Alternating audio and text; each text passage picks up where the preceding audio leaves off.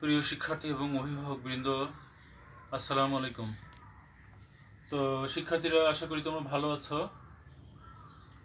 তো আজ আমি তোমাদের ইংলিশ সেকেন্ড পেপারের একটা একটা মৌলিক বিষয় নিয়ে আলোচনা করব। সেটা এটা এটা নিয়ে কিন্তু আগেও আলোচনা হয়েছে এবং হবে। তো এটা হলো টেন্স। টেন্স নিয়ে আসলে টেন্স আমাদেরকে ছাড়া না, এবং স্টুডেন্টরাও খুব বিরক্ত হয়ে যায় যে টেন্স আর কতদিন শিখবো। আর যদিও টেন্স সম্পর্কে অনেকের আইডিয়া খুব খুব ঝাপসা, আর হলো এই জন্য অন্যান্য গ্রামারগুলো শিখতে কিন্তু অনেক ঝামেলা হয়ে যায়। তো এই জন্য টেন্স নিয়ে আমি আর একটু আলোচনা করব, কারণ হলো টেন্স জানতে পারলে কিন্তু অন্যান্য গ্রামার আইটেমগুলো আমার জন্য জানা খুব সহজ হয়ে যায়। বিশেষ করে যে কোনো আইটেম আলোচনা করার সময় গ্রামারের, তোমরা জানো যে আমাদের গ্রামারে কিন্তু 12টা আইটেম আছে।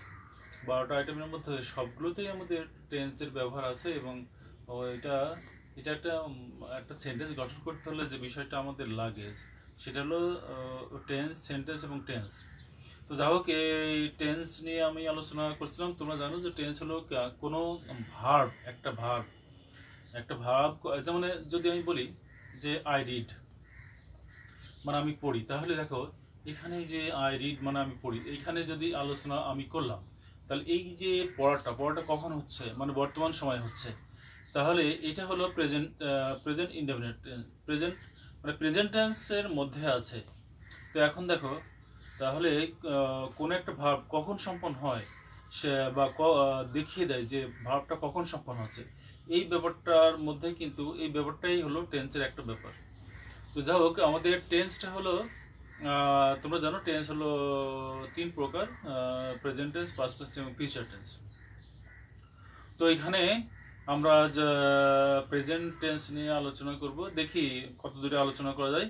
তোমরা জানো যে আমাদের সময়টা খুব কিন্তু সংক্ষিপ্ত, এই জন্য সংক্ষিপ্ত সময়ের মধ্যেই আমরা টেন্সের আলোচনাটা শেষ করব। আর হলো অন্যান্য আমাদের গ্রামার আইটেম রয়েছে। তো যাই হোক, টেন্স হলো প্রেজেন্ট ইনডেফিনিট টেন্স।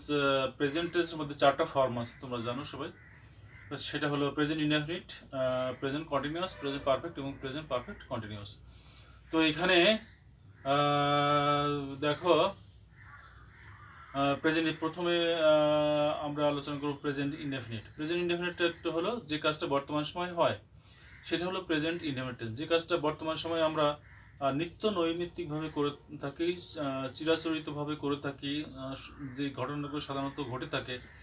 যেমন তুমি যদি বলো যে আমি 7টার সময় সকাল 7টার সময় উঠি, বা 10টার সময় কলেজে যাই, এই সমস্ত ঘটনাগুলো যেটা ঘটে থাকে সচরাচর, সেটা কিন্তু প্রেজেন্ট ইনডেফিনিট টেন্স।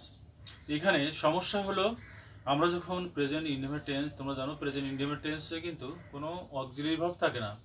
এই জন্য প্রেজেন্ট ইনডেফিনিট টেন্সটা হলো প্রেজেন্ট ইনডেফিনিট টেন্সের ইন্টারোগেটিভ সেন্টেন্স কীভাবে করতে হয়, সেটা কিন্তু আমাদের সবচেয়ে বড় সমস্যা।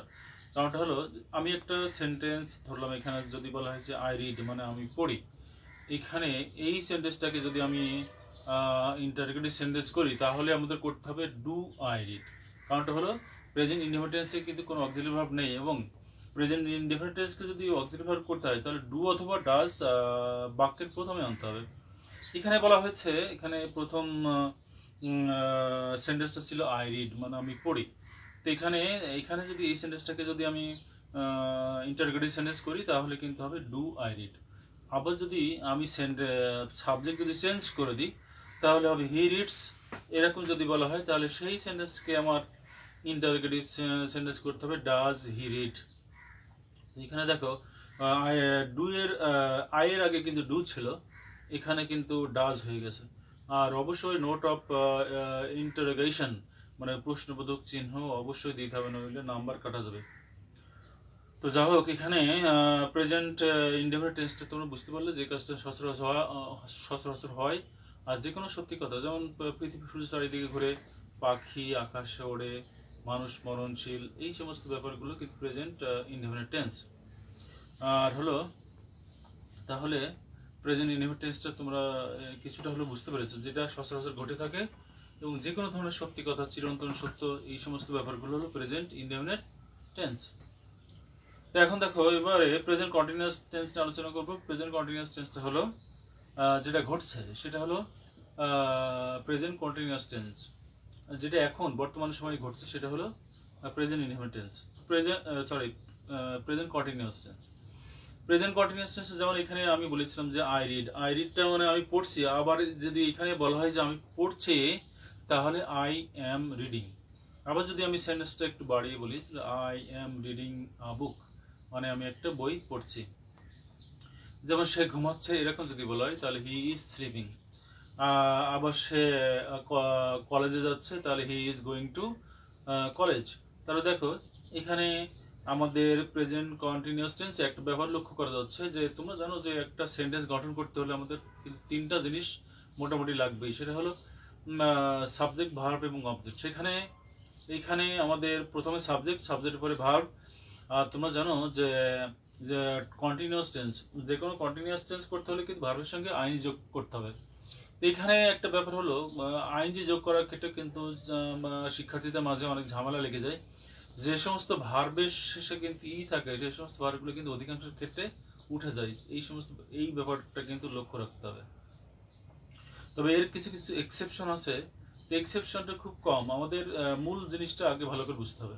তো এখন দেখো আমি মানুষের সামনে কথা বলছি, তাহলে I am talking in front of people, মানে আমি মানুষের সামনে কথা বলছি, যে এই ঘটনাটাও কিন্তু প্রেজেন্ট কন্টিনিউয়াস টেন্সের মধ্যে, কারণ আমি বর্তমান সময়ে এটা হচ্ছে এবং চলছে, এটা হলো প্রেজেন্ট কন্টিনিউয়াস টেন্স। তাহলে যে ব্যাপারটা এখন ঘটছে সেটা হলো present continuous tense. Present continuous টেন্সের গঠন হলো প্রথমে সাবজেক্টের পরে অ্যাম ইজ আর, টেন্স অনুযায়ী মানে সাবজেক্ট অনুযায়ী অ্যাম ইজ আর।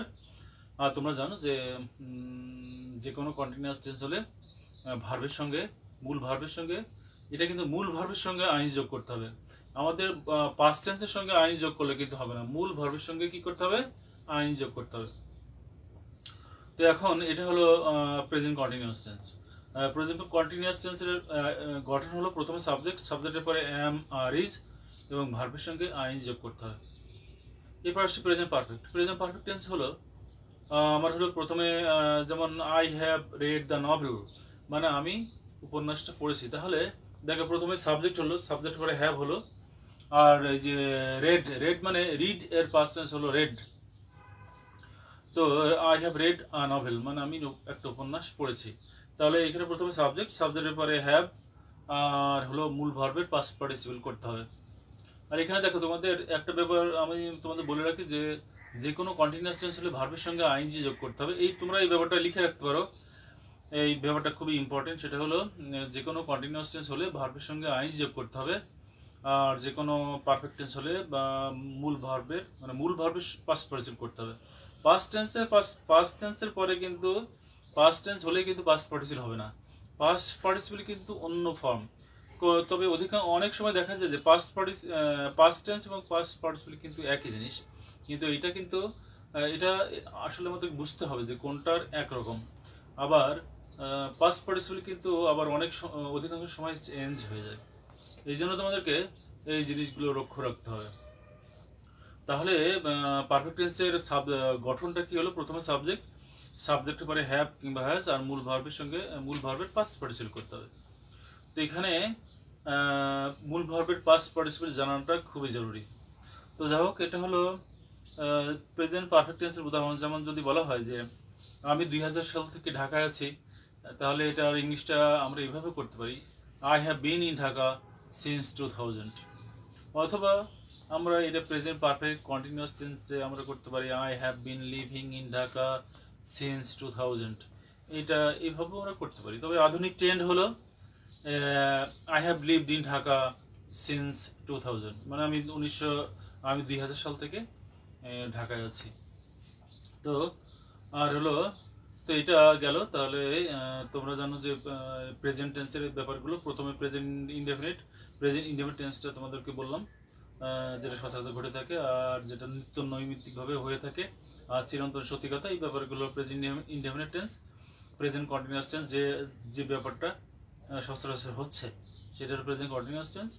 আর হলো প্রেজেন্ট পারফেক্ট টেন্স হলো যেটা করেছি এবং তার ফলটা এখনো বর্তমান আছে, এই ধরনের ঘটনা হলো প্রেজেন্ট পারফেক্ট টেন্স। যেমন আমি আমার হোমওয়ার্কটা সম্পন্ন করেছি, তাহলে I have done my homework, এটা হলো প্রেজেন্ট পারফেক্ট টেন্স।